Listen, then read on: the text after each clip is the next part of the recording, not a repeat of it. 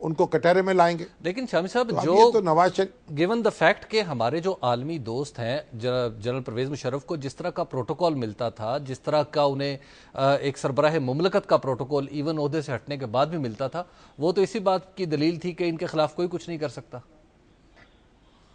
نہیں، اب یہ تو دلیل سے آپ یہ نتیجہ اخذ کر رہے ہیں. میرا خیال کو اس کا مطلب یہ تو نہیں ہے. اگر ان کی ایک حیثیت تھی تو اس کا مطلب یہ نہیں ہے کہ پاکستان میں ان کے خلاف کارروائی نہیں ہوگی. خود امریکہ میں بھی بڑے بڑے ذمہ دار عہدوں پر فائز لوگ ہیں، ان کے خلاف کارروائی ہوئی ہے. رچرڈ نکسن صاحب کو دیکھ لیجئے، ان کے خلاف ان کو استعفیٰ دینا پڑا. اور پھر کلنٹن صاحب کو دیکھ لیجئے کیسے مقدمات ان پر قائم ہوئے، ان کو عدالتوں میں گھسیٹا گیا. پھر امپیچمنٹ کی کوشش کی گئی. وہ اور بات ہے کہ امپیچمنٹ نہیں ہو سکی، لیکن بہرحال قانون کی کارروائی تو ہوئی. تو کارروائیاں تو ہوتی ہیں جہاں قاعدہ قانون اور ضابطہ چلتا ہے. اور یہ جو کارروائی ہے یہ تو مسلم لیگ نون نے اس کا اعلان کیا ہے، لیکن اس کو پوری قوم کی ایک لحاظ سے پشت پناہی حاصل ہو گئی ہے، کیونکہ پیپلز پارٹی نے بھی اس کی پورے جوش و خروش کے ساتھ تائید کی ہے. اور ہماری تحریک انصاف جو ہے اس نے بھی، شاہ محمود قریشی صاحب اس کے ڈپٹی پارلیمانی لیڈر ہیں، انہوں نے پوری قوت کے ساتھ اس میں حکومت کا ہاتھ بٹانے کا اعلان کیا. اور تو اور ہمارے جو محمود خان اچکزئی ہیں، جو چند روز پہلے تو وزیر اعظم کو یہ مشورہ دے رہے تھے کہ وہ پرویز مشرف صاحب کے معاملے کو بس رفت گزشت کر دیں کیونکہ اس میں بہت سے اور نام بھی آئیں گے اور معاملہ پھیلے گا. آج جب وزیر اعظم نے یہ اعلان کیا تو انہوں نے پوری شدت کے ساتھ اور پوری قوت کے ساتھ اس کی حمایت کی، بلکہ یہاں تک کہا کہ ہم نے پٹڑی جو ہے اس پر گاڑی چلا دی ہے، سیدھا کر دیا رخ. شامی صاحب، تو اب یہ جو ہے سارے لوگ جو ہیں ان کی حمایت حاصل ہے. شامی صاحب ایک بریک لے لیتے ہیں. بریک کے بعد کچھ دوسرے لوگوں کے بارے میں بھی بات کرنی ہے جن کے بارے میں یہ گمان ہے کہ شاید وہ مائنڈ نہ کر رہے ہوں اس فیصلے کو. اس حوالے سے بات کریں گے لیکن ایک وقفے کے بعد.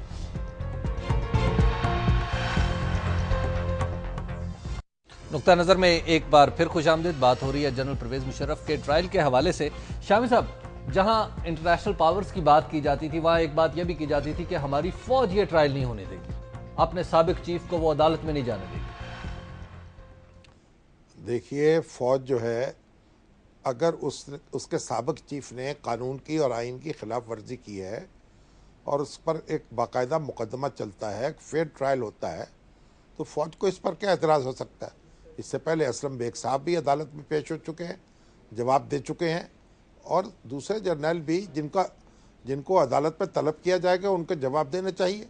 میں نہیں سمجھتا کہ ہماری فوج جو ہے وہ کسی ایک شخص کے لیے ہر قاعدے اور ضابطے کو نظر انداز کر سکتی ہے. لیکن جنرل کیانی صاحب کا بیان جو ہے آپ اس کو کس حوالے سے پھر دیکھیں گے جس میں انہوں نے کہا تھا کہ یہ سزا و جزا کے معاملے سے ہمیں آگے نکل جانا چاہیے؟ درست بات ہے، ان کا ایک مشورہ ہو سکتا ہے، لیکن اب پارلیمنٹ ہے اور سارے منتخب لوگ ہیں، تمام سیاسی جماعتیں ہیں. اگر وہ ایک کسی دوسرے طریقے سے آگے بڑھنا چاہتی ہیں تو پھر ان کا راستہ روکا تو نہیں جا سکتا، ان پر ٹینک تو نہیں کھڑے کیے جا سکتے ان کے راستے میں. ٹھیک، تو گویا اس طرف سے ہمیں کسی مزاحمت کا کوئی خطرہ خدشہ نہیں ہونا چاہیے. نہیں، خطرے اور خدشے کی میں بات نہیں کر رہا، ہمیں اس کے زیادہ تردد نہیں کرنا چاہیے. ٹھیک، اور ان کو ان میں انوالو نہیں کرنا چاہیے. جی، جب ایک وزیر اعظم پاکستان جو تھے، جی ایک وزیر اعظم پر مقدمہ چلا، اس کو اقتدار سے نکالا گیا، اس کو پھانسی کی سزا ہوئی، اسے پھانسی پر لٹکا دیا گیا، اس کے جنازے میں کسی کو شرکت کی اجازت نہیں دی گئی، اس کی بیٹی اور اس کے جو بیوہ تھی ان کو ان کی میت جو ہے وہ نہیں دیکھ پائیں وہ. تو یہ سارا کچھ پاکستان میں ہوا ہے. کیا اگر عوام کا ایک منتخب نمائندہ جس کی آج بھی ایک بہت بڑی پارٹی ہے اس حشر سے دوچار ہو سکتا ہے؟ اور پھر آپ دیکھیے نواز شریف صاحب جو آج وزیر اعظم ہیں، ان کے دور میں تو کوئی بغاوت بھی نہیں ہوئی تھی، کوئی ہنگامہ بھی نہیں ہوا تھا، کوئی تحریک بھی نہیں چلی تھی. ان کا جرم صرف یہ تھا کہ انہوں نے پرویز مشرف صاحب کو ان کے عہدے سے الگ کیا تھا.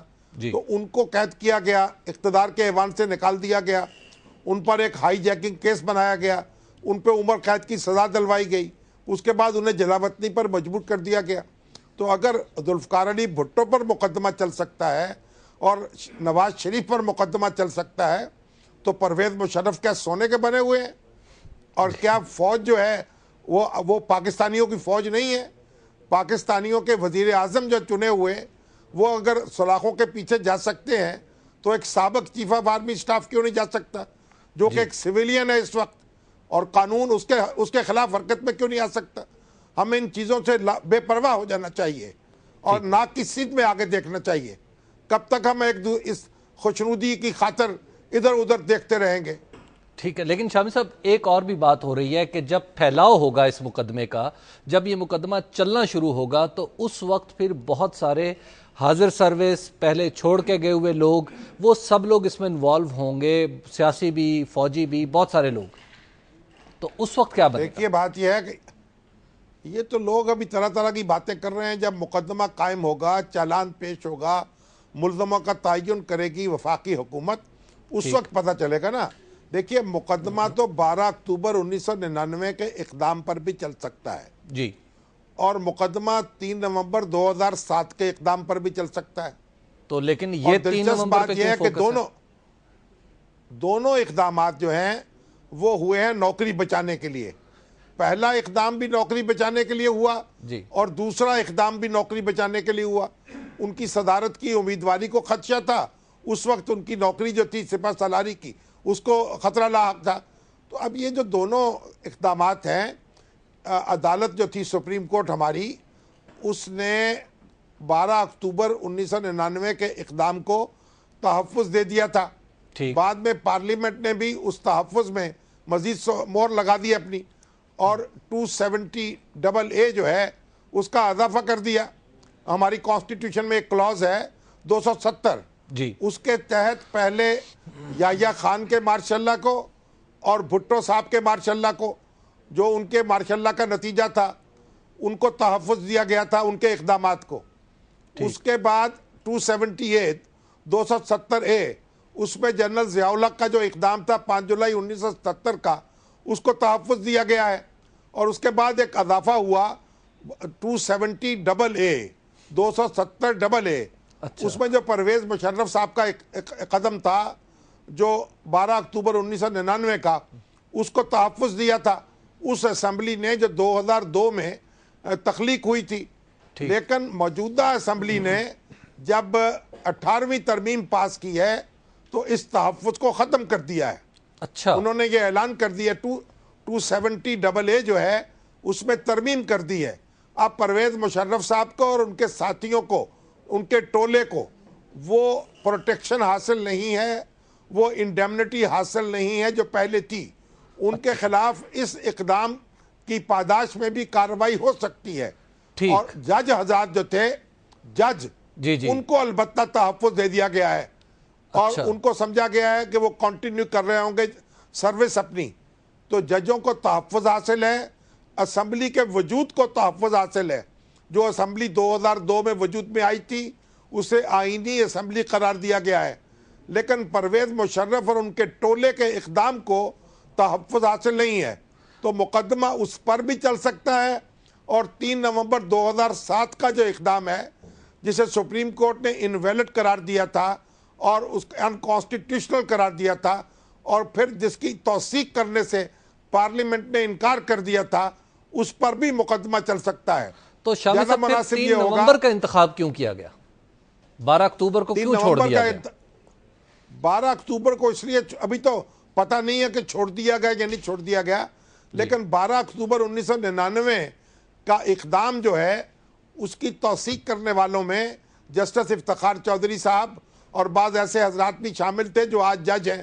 جی، تو اگر اس وقت پرویز مشرف صاحب کے خلاف کارروائی ہوگی تو جسٹس افتخار چودھری صاحب کے جو مخالفین ہیں، جو اب کافی ہو چکے ہیں اور مختلف سیاسی جماعتیں ان کے خلاف بغض رکھتی ہیں، تو وہ یہ بہانہ ڈھونڈیں گی اور مطالبہ شروع کر دیں گی کہ ان کے خلاف بھی کارروائی ہونی چاہیے. تو یہ تحفظ کانسٹیٹیوشنل حاصل ہے، اس کا وہ مذاق اڑائیں گی اور یہ ان کو ایک موقع مل جائے گا. میرا خیال اس میں الجھنا نہیں چاہیے. 3 نومبر 2007 کا جو اقدام ہے وہ بڑا کلیئر ہے. اس کو نہ عدالت نے مانا، نہ اس کو پارلیمنٹ نے مانا، اور وہ مقدمہ جو ہے آسانی سے قائم ہو سکتا ہے اور چل بھی سکتا ہے. ٹھیک ہے، لیکن شامی صاحب پھر بات یہاں 3 نومبر تک ہی کیوں رہے؟ کیونکہ بات یہ ہو رہی ہے کہ ہمارا جو ہائی ٹریزن ایکٹ ہے وہ تو ریٹروسپیکٹو ایفیکٹ کے ساتھ ہے. پھر ہم پیچھے بھی کیوں نہ چلیں؟ ایک ہی شخص ہمارے قابو چڑھا ہے، ہم نے اس کو پکڑ لیا، باقیوں کو ہم نے چھوڑ دیا. تاریخ کلیئر کر رہی ہے. آپ کو معلوم ہونا چاہیے معلوم ہونا چاہیے جو قابو چڑھتا ہے اسی کے ساتھ سارا معاملہ ہوتا ہے، انصاف اسی کو فراہم کیا جاتا ہے۔ اب آپ قبریں کھود کے تو لوگوں کو نکال نہیں سکتے۔ اور 1973 کا دستور جو ہے یہ آرٹیکل 6 1973 کے دستور کی پیداوار ہے۔ اس سے پہلے 58 کے دستور میں 56 کے دستور میں جو 58 میں ایبروگیٹ ہوا اس میں ایسی کوئی کلوز نہیں تھی۔ 1962 کے دستور میں ایسی کوئی کلوز نہیں تھی۔ اس لیے ایوب خان جو ہیں وہ ان کا تحفظ دیا جا چکا ان کو 1962 کے دستور کے تحت۔ پھر یحییٰ خان ہیں، ان کے اقدامات کو بھی تحفظ دیا جا چکا۔ ان پر آئین سے پہلے کے واقعات پر تو آپ مقدمے قائم نہیں کر سکتے نا۔ اس کی زد میں صرف جنرل ضیاء الحق آ سکتے ہیں کیونکہ وہ 1973 کے دستور کے بعد برسر اقتدار آئے تھے، لیکن ان کو بھی تحفظ دیا جا چکا ہے۔ اور اس وقت بڑی بغاوت ہوئی تھی، دھاندلی کے الزامات لگے تھے اور لوگ سڑکوں پہ نکلے تھے، بہت سے مارے گئے تھے، ہزاروں جیل میں گئے تھے۔ ایک بڑی تحریک کے نتیجے میں بھٹو صاحب کی حکومت ختم ہوئی تھی، اور اسمبلی نے جو 1985 میں پاس یعنی وجود میں آئی تھی اس نے جنرل ضیاء الحق کے ماشاء اللہ کو تحفظ دے دیا تھا، ان کو انڈیمنٹی دے دی تھی یا ان کو معافی دے دی تھی۔ اب وہ 85 کی اسمبلی گئی، اس کے بعد کئی اسمبلیاں آئی ہیں 2002 سے لے کے اور پھر 2008 کی اسمبلی تک کسی اسمبلی نے وہ تحفظ ختم نہیں کیا، اور موجودہ اسمبلی نے بھی اس کو برقرار رکھا ہے۔ اس لیے جنرل ضیاء الحق کی جو ہیں وہ بھی آپ کی دسترس سے باہر نکل گئے ہیں، یعنی ان کی تصویر لگی رہے گی۔ پرویز مشرف صاحب جو ہیں ان کی تصویر لگی رہے گی، اور ان کے برخوردار اعجاز الحق کہتے ہیں بھائی ان کی تصویر ہٹانی ہے تو سول جو ڈکٹیٹرز ہیں ان کی تصویریں بھی ہٹائیں۔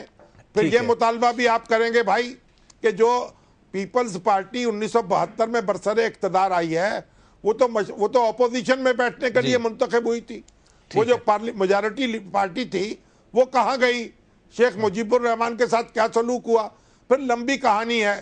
ماضی میں جتنے الجھتے چلے جائیں گے اتنا ہی پاؤں جو ہے آپ کا زخمی ہوتا چلا جائے گا۔ ٹھیک ہے اب سیدھی بات ہے کہ پرویز شامی صاحب ایک بریک لے لیتے ہیں، اور بریک کے بعد شامی صاحب بتا رہے تھے کہ جتنا ہم ڈسکس کریں گے مزید کے شامی صاحب جو بتا رہے ہیں کہ کس طرح ہمارے پاؤں زخمی ہوتے چلے جائیں گے اگر ہم نے ماضی کی طرف سفر جاری رکھا۔ آپ لیجئے ایک بریک، اور بریک کے بعد دوبارہ حاضر۔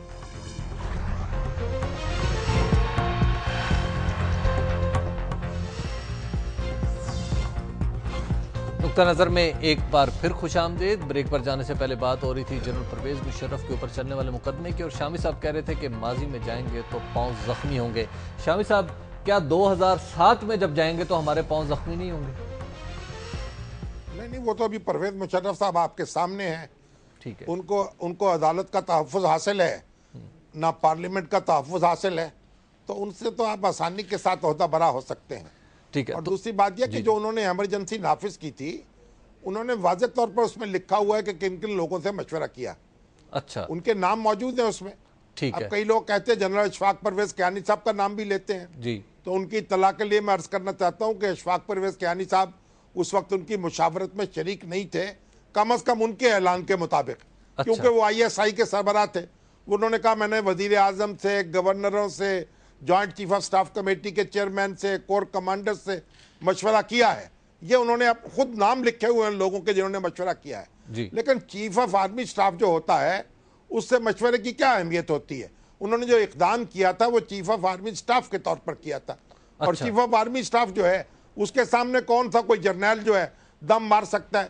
تو کسی دوسرے جنرل کو تکلیف دینے کی ضرورت نہیں ہے اس میں۔ تو شامی صاحب جب یہ ٹرائل پہ جائے گا کیس، ٹرائل پہ جائے گا، یہ کہیں گے ان لوگوں کو بطور گواہ بلائیں، تو کیا مطلب ہم نہ بلائیں پھر اس وقت؟ نہیں، گواہی کو کیا ضرورت ہے بھائی؟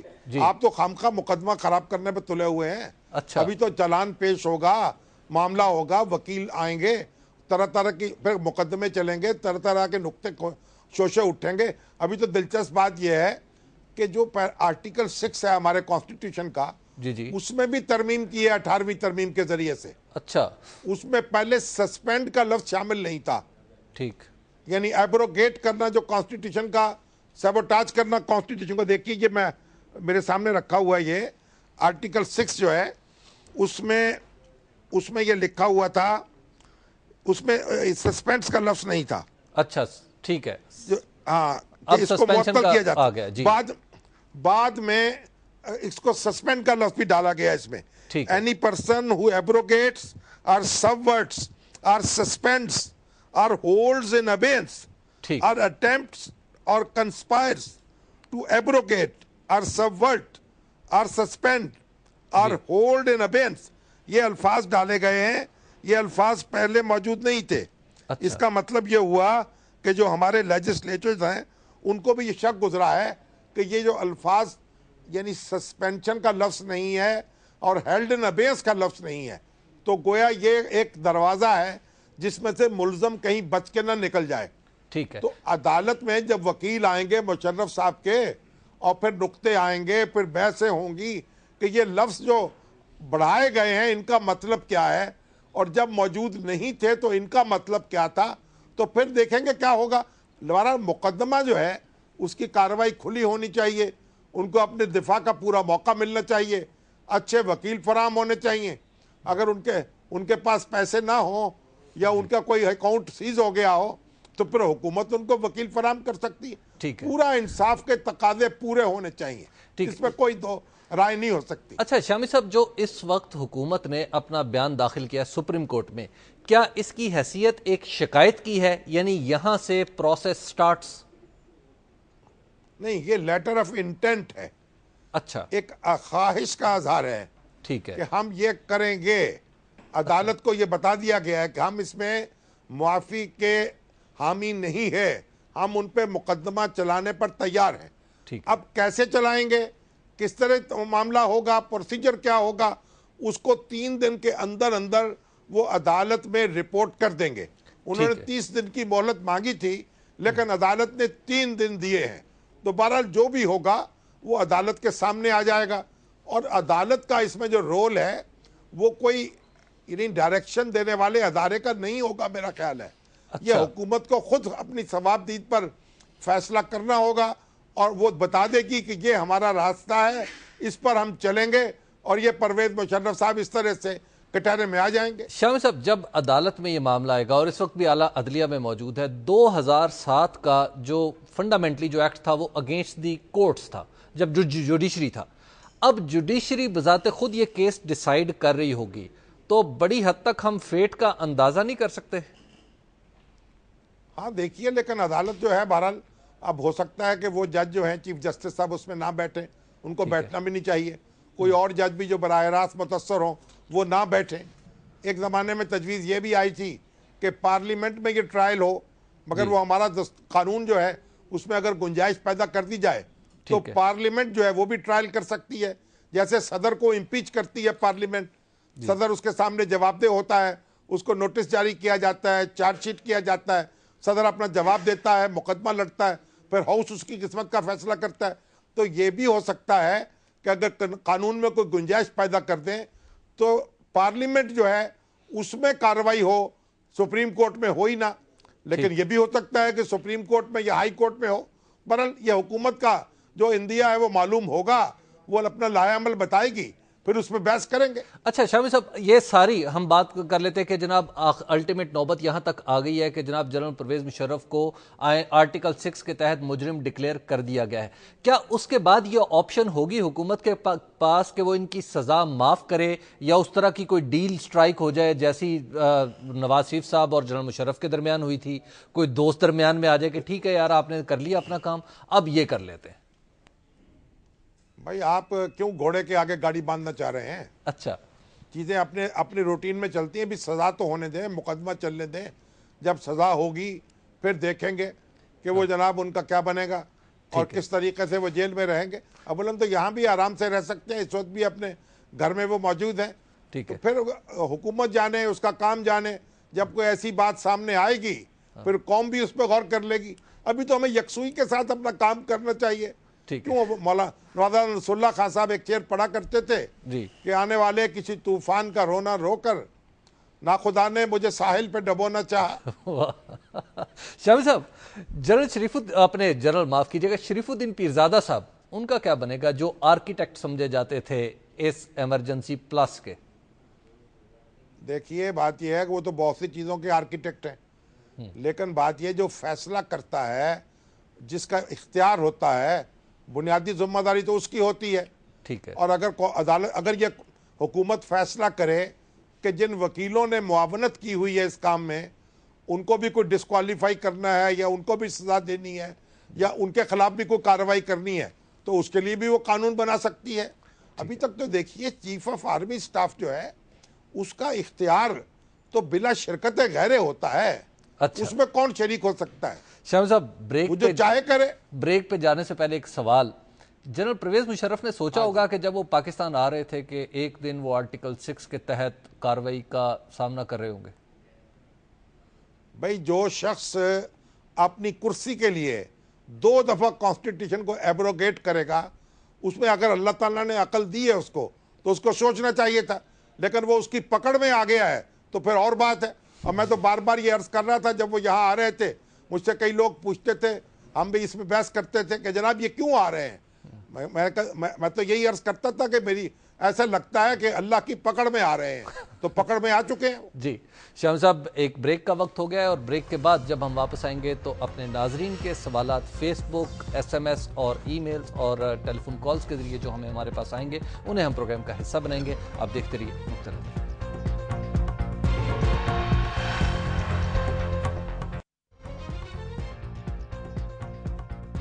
نقطہ نظر میں ایک بار پھر خوش آمدید. پروگرام کا یہ حصہ ہمارے ناظرین کے سوالات کے لیے ہے اور فیس بک SMS ای میلز کے ذریعے جو سوال سب سے زیادہ آیا ہے سب سے پہلے اس سوال کی طرف چلتے ہیں. شامی صاحب یہ اتنے لوگوں نے پوچھا ہے کہ میں ان کے نام بھی نہیں لے سکتا, بہت طویل فہرست ہے. کہہ رہے ہیں جی یہ جو فیصلہ کیا گیا ہے جنرل مشرف کے خلاف کارروائی کا یہ کوئی اپروپریٹ ٹائم نہیں تھا کیونکہ ہم معاشی طور پہ پہلے خراب ہو رہے ہیں اور آج معاشی سگنل جو تھا سٹاک ایکسچینج وہ 650 پوائنٹ نیچے جا پڑی ہے تو ہمیں کیا ضرورت ہے ماضی میں جانے کی. دیکھیے یہ بات کہنی تو آسان ہے اور کرنی مشکل ہے. جب ایک مقدمہ سپریم کورٹ کے سامنے پیش ہے اور اس میں آپ کو جواب دینا ہے تو اگر حکومت یہ جواب دیتی کہ ہم کوئی کارروائی نہیں کریں گے اور سپریم کورٹ کوئی اور اقدام کر دیتی تو پھر اس سے کیا ہوتا؟ اس سے کون سی سٹاک ایکسچینج اوپر چلی جاتی؟ تو ہم یہ بھی تو دیکھیں نا کس قسم کے حالات میں ہم گھرے ہوئے ہیں کہ ایک طرف ایک انتہائی فعال سپریم کورٹ ہے جو کہ خود فیصلے کرنا چاہتی ہے, جو انتظامیہ کے کرنے کے کام ہیں وہ بھی اس کے پاس ہے اس وقت. تو یہ اس کے علاوہ کوئی دوسرا فیصلہ کرنا بہت مشکل تھا نواز شریف صاحب کے لیے. اگر وہ یہ کہتے کہ ہم نے یہ کام نہیں کرنا تو پھر وہ خود ڈیفینسو پہ چلے جاتے, پھر لوگ اور طریقے سے ان پر الزام اور دشنام کی بارش کرتے. بہرحال ایک فیصلہ ہوا ہے, کوئی خدا نہ خواستہ نہ پھانسی پہ لٹکا دیا گیا ہے نہ کوئی عمر قید دے دی گئی ہے. فیصلہ ہوا ہے, مقدمہ چلے گا, آہستہ چلے گا, پوری انصاف کے تقاضے پورے ہوں گے. اس لیے لوگوں کو ذرا جذباتی نہیں ہونا چاہیے. اور پاکستان کی تمام سیاسی جماعتیں بشمول تحریک انصاف کے اور پیپلز پارٹی کے وہ ساتھ کھڑی ہو گئی ہیں حکومت کے. پرویز مشرف صاحب کی جو بات کر رہے ہیں جو لوگ, وہ آپ یہ بھی تو دیکھیں کہ ساری سیاسی جماعتیں ایک طرف ہو گئی ہیں. جی شامی صاحب صبا ہیں لاہور سے ہمارے ساتھ. جی السلام علیکم صبا. وعلیکم السلام سر. سر میں یہ بتانا چاہ رہی تھی سر پریزیڈنٹ مشرف کے متعلق کہ وہ جو لیڈر ہے ہمارے ملک کے, بریف بھی ہے اور سنسیئر بھی ہے ہمارے ملک کے ساتھ نا. جی تو انہوں نے اتنے کام کیے ہیں, پروگریس کی ہے ہمارے ملک کی کہ جیسے روڈس وغیرہ کی بات جو ہوتی ہے وہ یہ ہے کہ انہوں نے تو گلیوں کی بھی روڈس بتائیں گے, انہوں نے کسی نے کہا بھی نہیں تھا. جی ان کے دور میں ہماری گلیوں ان کے دور میں ہماری گلیوں کی روڈس بنی ہیں. جی صبا آپ کا سوال سمجھ میں آ گیا. جی سر شام صاحب. صبا صاحب یہ آپ کا نقطہ نظر ہو سکتا ہے اور آپ کو حق ہے اپنا نقطہ نظر رکھنے کا, اور اگر آپ کے حامی زیادہ بڑی تعداد میں موجود ہیں تو پرویز مشرف صاحب کو پھر فائدہ پہنچ جائے گا اس کارروائی سے. نہیں وہ فیس بک پہ تو ہے نا ان کے 3 لاکھ لائکس. نہیں اگر وہ زمین پہ آئیں گے, سڑکوں پر نکلیں گے, اپنا آپ دکھائیں گے, پرویز مشرف صاحب کی جے بولیں گے تو پھر دیکھیں گے کیا ہوگا. ابھی تو آپ دیکھیے کہ وہ میجر وسیم صاحب ہیں, وسیم چودھری صاحب, ان کا SMS آیا ہے کہ حضور نواز شریف صاحب قدم بڑھاؤ, فوج بھی آپ کے ساتھ ہے اور قوم بھی آپ کے ساتھ ہے, اگر پیچھے ہٹ گئے تو پھر جناب بری ہوگی. اور میجر عارف پرویز صاحب یہ مجھے SMS کیا ہے, وہ کہہ رہے ہیں کہ پرویز اشفاق کیانی صاحب اس وقت vice chief of army staff تھے